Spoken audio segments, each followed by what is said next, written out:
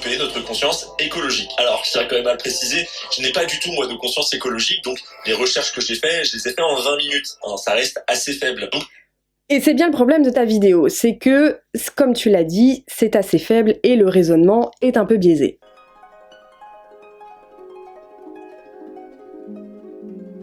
Hello Mireille et Paulette, aujourd'hui je te retrouve pour une vidéo un petit peu plus particulière qui n'est pas du tout dans ma ligne éditoriale, mais que je trouvais intéressante de faire, puisque en effet la vidéo de Sir Gibbsy, nommée donc Enjoy Phoenix vs Sir Gibbsy, sa drama, je trouve que les propos qu'il tient dans sa vidéo sont extrêmement intéressants à étudier et à décortiquer parce qu'ils sont très symptomatiques de notre société, et j'aimerais donc apporter ma pierre à l'édifice car je trouve que ces propos sont quelque peu problématique entre nous, et peut-être apporter une autre vision des choses, surtout sur le thème qui est abordé dans cette vidéo, qui est sur le thème global de l'écologie. Alors si je suis dans cette tenue, c'est que la vidéo de Sir Gibbsy est très longue, et donc je vais réécouter des passages tout en me lissant les cheveux, quitte à lier l'utile à l'agréable, puisqu'après tout je suis une youtubeuse beauté, n'est-ce pas? Petit disclaimer des familles, évidemment je n'incite personne à envoyer de la haine ou des messages ou des commentaires haineux, bien évidemment, on est là pour débattre ensemble et les commentaires sont faits pour ça, donc je laisse libre cours à votre imagination et à votre plume dans la section commentaires. Pour te replacer brièvement dans le contexte, Sir Gibbsy a fait une vidéo donc sur la marque de vêtements d'Enjoy Phoenix, donc vidéo pour être très honnête que je n'ai pas remarqué, sur laquelle il soulevait pas mal de points problématiques à son sens. Enjoy Phoenix lui a répondu via un long commentaire YouTube que vous pouvez donc du coup voir dans la vidéo dont je vais parler, et Sir Gibbsy répond à son tour en vidéo au fur et à mesure au point qu'elle évoque. J'espère que vous êtes bien installés aujourd'hui, parce qu'il va y en avoir des informations. Vraiment, préparez-vous. Voilà, faites-vous un petit café, faites-vous un petit thé. Pour la deuxième raison, bon bah voilà, ça fait une vidéo de plus. Voilà, la créativité. Que voulez-vous? Bien.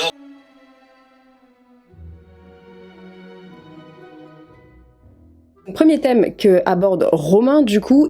Ce qu'il reproche du coup à Marie alias Enjoy Phoenix, c'est du coup de créer une marque de vêtements, donc qui est dans la fashion et dont on le sait tous, qui est extrêmement dommageable pour la planète, et donc lui reproche entre guillemets de marketer un besoin, de créer un besoin d'un produit. Là où j'aimerais apporter un point de contradiction, c'est que aujourd'hui, en tant que ex-fan de fast fashion et ayant été une consommatrice énorme, aujourd'hui, je me tourne en effet vers la seconde main. Cependant, il existe des vêtements pour lesquels je ne peux pas me tourner vers de la seconde main et où je suis obligée d'acheter donc des produits neufs.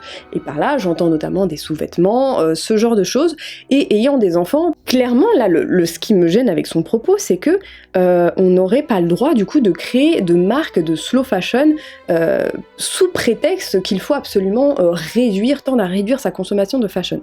Alors, je suis pas totalement d'accord et je trouve ça très peu nuancé, parce qu'il arrive à un moment qu'on ait besoin de vêtements neufs, et aujourd'hui, il faut qu'il y ait des marques qui proposent des produits pour tout style, pour toute taille. Je le rappelle aussi, on parle là aussi d'inclusivité, c'est très ancré justement aux marques éthiques, avoir des tailles inclusives, des formes inclusives, bref, ce genre de choses.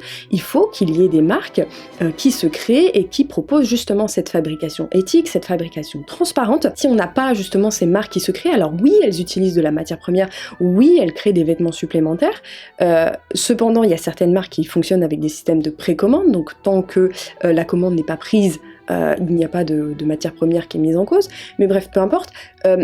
S'il n'y a pas de marque éthique qui se crée, ça veut dire qu'on va devoir, par moment, continuer à acheter neuf et donc enrichir des sociétés dont on ne soutient pas les valeurs et l'éthique. Donc le concept de Marie n'est peut-être pas parfait sous toutes les coutures, si je puis dire, mais elle essaye et elle propose une solution alternative, plus éthique, plus transparente. Pour moi, c'est un premier point qu'il faut soulever. Il faut qu'il y ait une diversité de choix, tout simplement, car on n'a pas le même style, on n'a pas les mêmes attentes en termes de vêtements, et également, moi je serais très contente de voir une marque fabriquée au Portugal pour les enfants avec des coutures très résistantes, des vêtements très résistantes, plutôt que d'aller acheter mes pantalons Zara sur Vinted. Alors oui, je l'achète de seconde main, mais le pantalon Zara il fait 2 mois. Hein, les baskets Zara elles font 2 mois. Là est la réalité. Je préférais acheter une chaussure beaucoup plus résistante peut-être un peu plus cher, certes, mais j'aurais pas des paires de chaussures à racheter tous les 2 mois. Développer notre conscience écologique. Alors, je tiens quand même à le préciser, je n'ai pas du tout, moi, de conscience écologique, donc les recherches que j'ai faites, je les ai faites en 20 minutes. Hein, ça reste assez faible. Donc, et c'est bien le problème de ta vidéo, c'est que, comme tu l'as dit, c'est assez faible et le raisonnement est un peu biaisé. soit tu vas à fond, soit tu vas pas. Le problème, c'est que si tu continues de consommer, même à petite quantité, bah, tu continues quand même de donner de l'argent et de valider, du coup. Là aussi, c'est un propos sur lequel j'aimerais rebondir. En effet, c'est soit tout blanc, soit tout noir. Et pour moi, c'est une façon, on va dire, un petit peu erronée de penser et un petit peu trop manichéenne, parce que, en fait, du jour au lendemain, c'est impossible de changer toutes ses habitudes, toute la façon dont on a été éduqué, parce que on ne peut pas changer ses habitudes du jour au lendemain. Hein, je ne vais pas me dire ah bah oui, Coca-Cola empoisonne des gens au Pérou, donc je vais arrêter totalement de consommer. On élude totalement le fait que il y a déjà une certaine addiction au sucre. On est très habitué à ces boissons sucrées et certaines personnes ne peuvent même pas s'en passer, ne serait-ce que sur leur déjeuner. Ils vont tout le temps déjeuner avec une canette de coca. Dire que c'est tout noir ou tout blanc, bah ça fait pas du tout avancer la cause, parce que du coup, les personnes qui voudront arrêter du coca et qui le feront peut-être à 50%, ensuite à 70%, ensuite à 80%, et réduiront comme ça leur consommation de coca, et seront systématiquement pointés du doigt, et on va toujours lui montrer le verre à moitié vide. Et ça, pour moi, c'est extrêmement frustrant. Ça ne sert pas du tout la cause, et dire ah ouais mais super, mais tu consommes toujours du coca, donc tu soutiens telle ou telle idéologie. Au lieu de se tirer vers le bas, essayons de tirer les gens vers le haut et les féliciter, même si ce sont des petits gestes, parce que pour eux, pour ces personnes, si ça se trouve, le coca c'est leur moyen de réconfort quotidien. Bref, on sait pas. Le fait comme ça de décrédibiliser l'entièreté d'un discours, parce que un jour, une personne va boire une canette ou une gorgée de coca dans une occasion très particulière, je trouve ça bon. Et ce qui est bien justement avec les influenceurs, c'est qu'il y aura toujours une partie de la communauté qui aura une confiance aveugle, ce qui fait que si l'influenceur lui vend un produit, il va directement acheter le produit sans même se poser de questions. Et c'est comme ça qu'on arrive avec des influenceurs qui font la promotion de fausses cartes Pokémon et qu'on a des milliers de personnes qui sont arnaquées. Alors, pour moi, cet argument ne tient pas la route, parce que là, il va comparer en fait des influenceurs visiblement avec des pratiques peu orthodoxes, dirons-nous. Je ne pense sincèrement pas que la communauté d'Enjoy Phoenix soit des moutons de panurge, pour être très honnête. Technique commerciale de Starbucks pour vous pousser à acheter. J'étais assistant manager et manager chez Starbucks. Et bien c'était moi qui gérais une partie de la clientèle et surtout les achats. Je peux vous dire que pour moi, la marque et les vendeurs sont plus responsables que le client dans l'achat d'un produit. Après, j'ai pas les chiffres, donc je pourrais jamais en être sûr, bien entendu. Du coup, ça me permet d'avancer un argument de très mauvaise foi, mais puisqu'on en est là, donc il avoue avoir travaillé pendant quelques temps à Starbucks, et forcément, je me permets de soulever un point. Qu'est-ce qui est plus éthique et écologique? Vendre sa force de travail à une entreprise extrêmement peu écologique, plutôt du coup que d'acheter peut-être 1 ou 2 Starbucks par an. Voilà, je me permets de soulever la question. C'est un petit peu l'hôpital qui se fout de la charité. Comment on peut reprocher à un consommateur de consommer de temps en temps Starbucks, là aussi dans la limite du raisonnable, parce qu'effectivement, si on nous vend des grands principes écologiques et qu'on va chercher son Starbucks tous les matins, bon, faut pas pousser Gabi dans les orties, mais là, très clairement, qu'est-ce qui est plus écologique? Consommer 1 ou 2 Starbucks dans l'année, ou vendre sa force de travail et donc, par conséquent, contribuer à l'enrichissement de Starbucks en proposant notamment des cafés ou des ventes additionnelles, comme il en parle un petit peu plus tard dans la vidéo. Autre sujet qu'il aborde et que je trouve extrêmement problématique, c'est donc l'utilisation de nouvelles technologies qui sont extrêmement polluantes à produire, qui cautionnent ou en tout cas profitent du travail pour certaines marques des Ouïghours. Cependant, on ne va pas le nier, les outils de travail Apple, l'écosystème est quand même très très bien pensé, et en plus de ça, ça nous permet d'être plus efficients dans notre travail. Pour avoir été une anti-Apple pendant des années et pour être maintenant full Apple, très clairement, je suis très contente de mes investissements Apple. On peut totalement acheter Apple en essayant d'avoir cette éthique, il suffit simplement de prendre des téléphones ou des MacBooks reconditionnés, c'est ce que j'ai fait. Cependant, pour certains certains produits, et je pense que tu ne pourras pas y couper non plus, il est indispensable d'acheter neuf. Là, je pense notamment pour le micro, on va pas acheter une ring light cassée, bon, pour la réparer, bon, il y a des choses, c'est un petit peu délicat. Là encore, c'est comment on s'occupe de nos produits. C'est par exemple, typiquement, je vais acheter un iPhone, je vais acheter une grosse coque pour le protéger, et je vais y faire attention. Les investissements que j'ai faits, qui sont certes pas écologiques, reste le plus viable dans le temps. Alors, est-ce que c'est le cas de Marie? Je ne sais pas, je ne peux pas me prononcer, mais en tout cas, on peut acheter des nouvelles technologies, y compris Apple, tout en étant raisonnable dans sa façon de consommer. Là, il lui reproche d'acheter les derniers iPhones. Pour être moi aussi créatrice de contenu et passer environ 7 à 8 heures sur mon téléphone, il faut savoir que au bout d'un an, la batterie de mon iPhone est complètement à plat. Je vais faire un parallèle peut-être audacieux, c'est un petit peu comme les pneus de ta voiture. Si tu es quelqu'un qui roule beaucoup, eh bien tu vas devoir changer tes pneus plus régulièrement qu'une personne comme moi qui fait 10 000 km par an, et c'est totalement logique. Quand c'est ton outil de travail et que celui-ci donne des signes de faiblesse, alors j'entends bien que le pneu c'est quand même un aspect très sécuritaire de l'automobile, toujours est-il que lorsque c'est ton travail principal, que tu fais vivre plusieurs personnes sur ça, il faut que tu aies un outil de travail pertinent, parce que je le rappelle, Enjoy Phoenix ne se rémunère pas qu'elle-même, elle rémunère tout un écosystème autour. Petit conseil, n'achète pas chez Huawei. Voilà, c'est un petit conseil comme ça que je te donne. Évite. Autre petit point, c'est que là, on en revient un petit peu au propos du début, c'est que à ce jour, aucune marque de nouvelles technologies et donc de téléphones ne propose des téléphones, on va dire, éthiques, écologiques, avec une transparence sur les modes de fabrication, peut-être recyclés, avec une capacité, une qualité de production, bref, que sais-je, adaptée, on va dire, aux créateurs de contenu, on va dire aux professionnels des réseaux sociaux. Voilà, la problématique est là.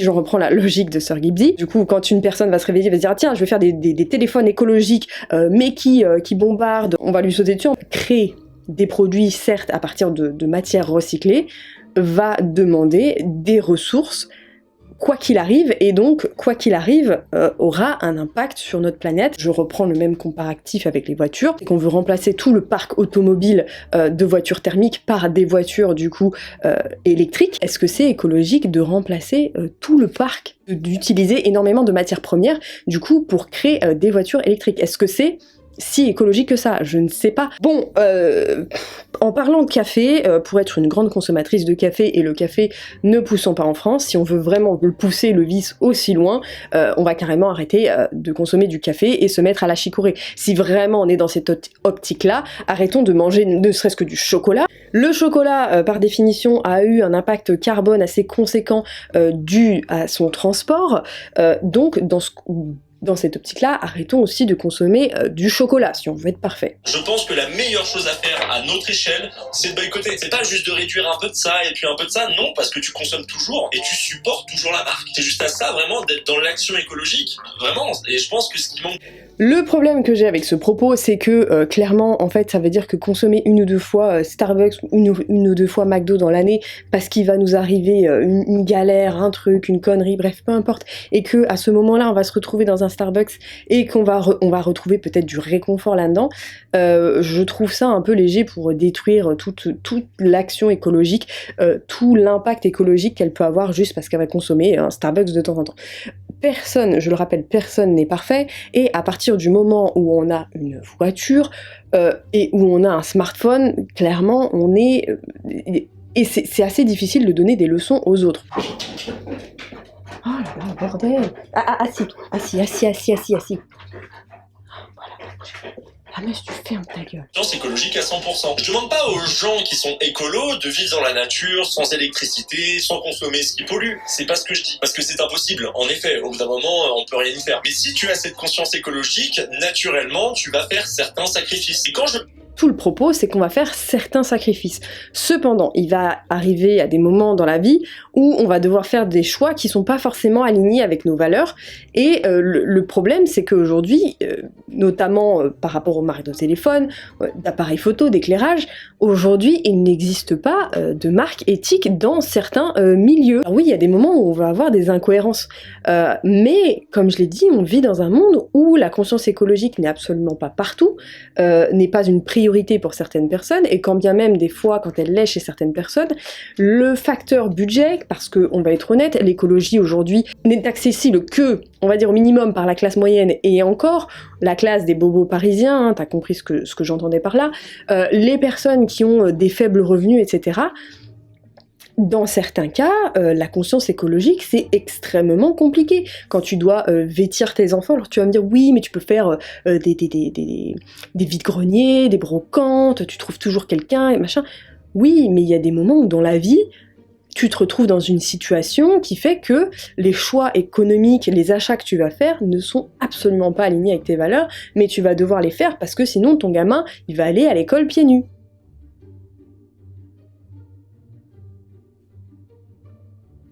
Quand j'ai vu ce qu'elle consommait, je me suis dit en fait qu'est-ce qui me différencie d'elle au final. Si elle s'était renseignée un minimum, elle saurait que le Coca-Cola c'est un peu chaud au niveau éthique et écologique.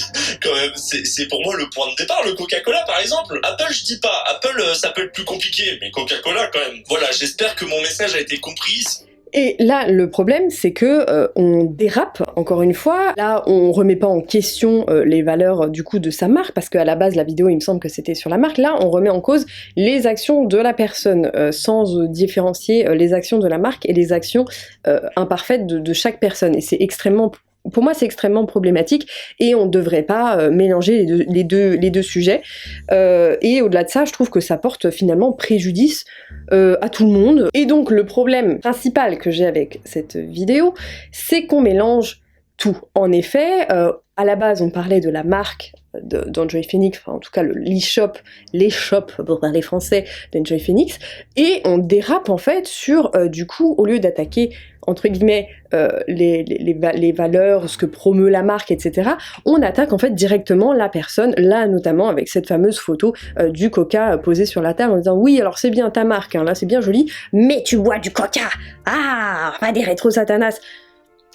Bon bah voilà, je suis désolée, le discours il perd de toute sa crédibilité. Montrer une imperfection à un moment T d'une personne, ça décrédibilise pas pour autant l'entièreté, les valeurs, la façon de créer, de penser de la marque qu'elle essaye de proposer. Cette alternative plus éthique qu'elle propose, je suis désolée c'est mon chien qui boit, cette alternative plus éthique qu'elle propose auprès justement en termes de slow fashion. Moi le problème que j'ai principalement c'est la crédibilité concernant tes discours, où j'ai beaucoup de mal parce que quand je vois la conscience écologique que tu as, je me dis mais entre elle et moi c'est quoi réellement la différence?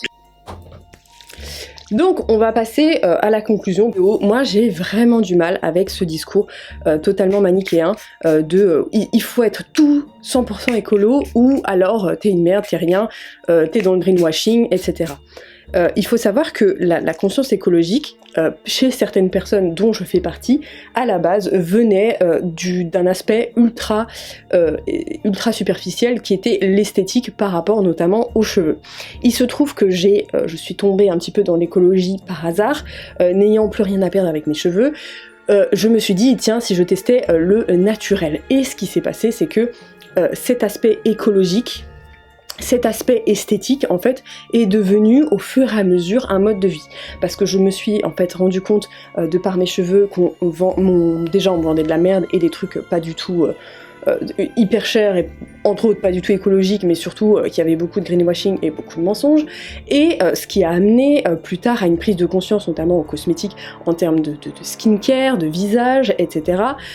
Et ce qui par la suite a aussi amené à une ouverture d'esprit au niveau de l'alimentation, ce qui m'a permis de modifier les choses, de plus faire la cuisine, d'arrêter de manger aussi transformé entre autres, et donc tout ça, tout ce que je viens de te dire, en termes de cheveux, de skincare, d'alimentation, également de réduction de la fast fashion, parce que je vous le rappelle, j'ai travaillé pendant des années dans la fast fashion et par conséquent j'ai soutenu une industrie ultra polluante, ultra néfaste pour notre planète, et j'ai surconsommé et j'ai fait de la merde, et je suis la première à le dire très clairement. Cet aspect purement esthétique a changé et a révolutionné plein de choses dans mon quotidien et m'a ouvert les yeux sur plein de choses. Donc décrédibiliser quelqu'un en fait juste sur le fait par exemple qu'elle va consommer Starbucks mais d'un côté elle nous parle de produits naturels pour ses cheveux, et ben en fait c'est tout simplement peut-être son cheminement qui prend peut-être un petit peu plus de temps que certaines autres personnes, et ça il faut en être conscient, on n'avance pas tous au même rythme et ça prend du temps pour se déconstruire. Du coup on est parti d'un sujet totalement futile, totalement enfin, je vais dire, mais même pas écologique à la base. J'en ai créé une chaîne YouTube et de plus en plus de femmes et d'hommes passent au naturel et ont cette prise de conscience écologique et se mettent à consommer, ou du moins à réduire leurs déchets, leur consommation de fast fashion, leur consommation tout court, juste parce que une meuf un jour a décidé, pour une raison totalement futile et esthétique, de passer au naturel pour ses cheveux, et du coup a convaincu plein d'autres personnes de passer au naturel, de réduire leur consommation de fast fashion, et à eux aussi de permettre cette prise de conscience. Et moi je trouve ça extrêmement dommage, le jour où on va me croiser au McDo, parce que oui, de temps en temps ça m'arrive d'aller au McDo, la dernière fois en date c'est quand je suis sortie parce que oui, les gens ils vont me dire « Ah oui mais non, mais tout ton discours ne tient pas la route, tu vas chez McDo ». Oui, mais là encore, essayez de comprendre les gens. Mon fils venait de se faire arracher une dent à 4 ans, voilà, je te dépeins pas la scène parce que vraiment c'était une boucherie.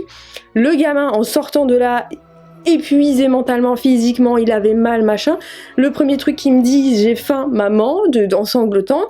Le gamin il me dit, ah je veux un McDo, parce que oui, le marketing de McDo, loin d'être éthique, fonctionne très bien sur les gamins, et c'est le seul truc qui pouvait le réconforter à ce moment-là. Donc au lieu de lui faire une vieille soupe toute moisie qu'il aurait pas voulu bouffer et ça aurait fait tout un pataquès, bah j'ai été lui prendre un Happy Meal à McDo pour que le gamin il soit content, qu'il essaye d'un peu d'oublier cette boucherie qui était son arrachage de dents.